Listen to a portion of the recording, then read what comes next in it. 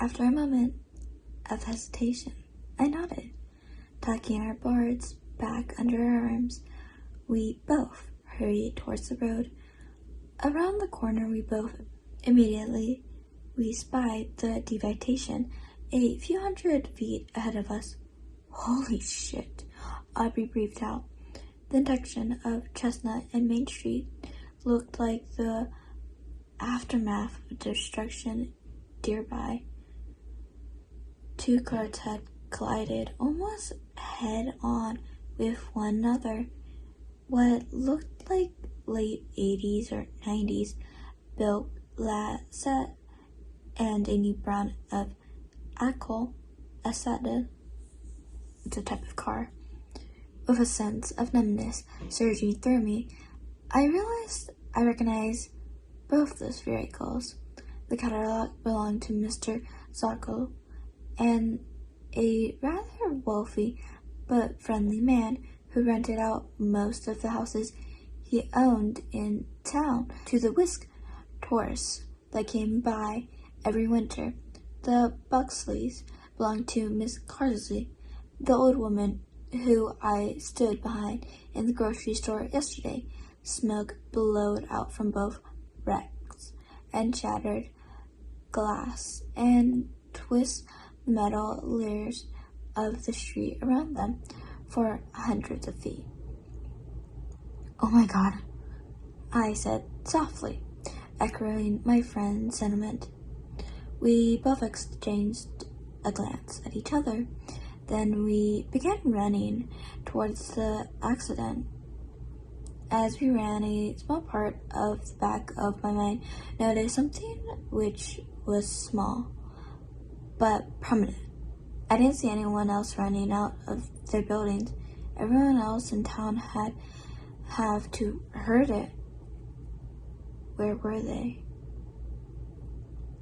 The train of thought was ripped away from me as we both scared to the stop at the sight of the driver's door of Cadillac being kicked open. An ear-piercing sound burst out from the SUV interior, and I dropped my board and clapped my hands over my ears.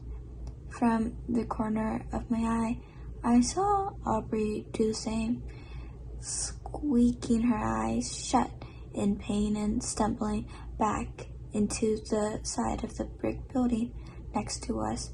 Even though my hands, I could still hear the sound. It sounded now slightly muffled for a second. I couldn't place it, and then it hit me. It was the loud honking siren of the emergency alert system. But it sounded wrong. It was as if the tones had been wrapped and distorted into something else, and by the sound of it, Mr. Zotz had been listening to his car radio at full volume when they had gone off. Speaking of which, a figure stumbled out of the SUV, grabbing onto the front door for support. Holy hell! In a handbasket, Mr. Zolks survived that, I thought. I squatted my gaze over to the book, squinting through the spider web of the crack that had become the windshield. I saw a small hint of movement. Then I saw Mrs. Coates lean back in her seat. She must have gashed her head open pretty badly because her forehead was covered in blood. Keeping my hands over my ears to dull the still shrieking tone, I turned and got as close to Aubrey as I could so she could hear me through her hands and over the noise. We've got to help them. At least try, I shouted as loud as I could. I could tell she understood me as she nodded after a second. Then she looked back towards the wreck, and A look flashed across her face, a look I can still remember perfectly. First confusion, then a clear expression of renewed horror. I felt a shiver shoot down my spine. I stunned back around to look at what she had seen. I truthfully wish I hadn't. Mr. Zoltz was no longer in his car. Instead, he ran around to the driver's side of the truck. For a split second, I thought it was to help her, until the screaming began. I didn't realize an elderly lady could scream so high and shrill. The busted windshield prevented me from seeing exactly what Mr. Zoltz was doing to Miss Krause, but it didn't prevent me from seeing the sudden fountain of blood which poured out from the coat inside the glass like pain.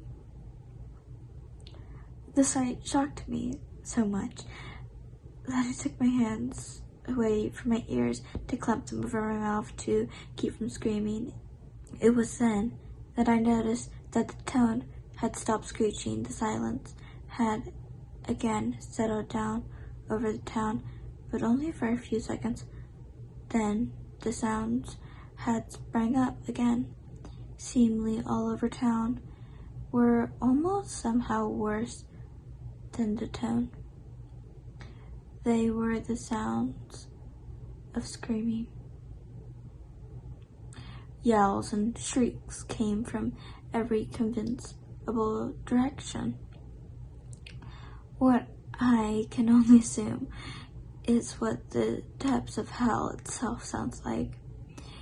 It was as if everyone in town was being brutally murdered at the exact same time, almost as if it were a trigger. Mr. Zoltz snapped his head back from where he had been leaning into the car, and I saw that his eyes had gone completely red. It's as if the capsules in his eyes had burst. He reached back into the car and pulled out something. With a sickening itch of my stomach, I saw it was a sharp piece of broken glass. One edge dripping still fresh blood from it. Without even looking in our direction, he took off backwards, the heart of downtown in a spirit, almost in a manner of child rushing to join the frolic and fun of his friends in an amusement park. For a few moments, neither of us said anything. I mean, what were we supposed to say? We just simply stand there in dumbstruck horror, like deer in the headlights. Finally, Aubrey spoke up, her voice shaky. What the absolute fuck just happened? She managed out. I could only shake my head. The cries of terror that almost sounded like rage still coming out from the corner. She spoke again. He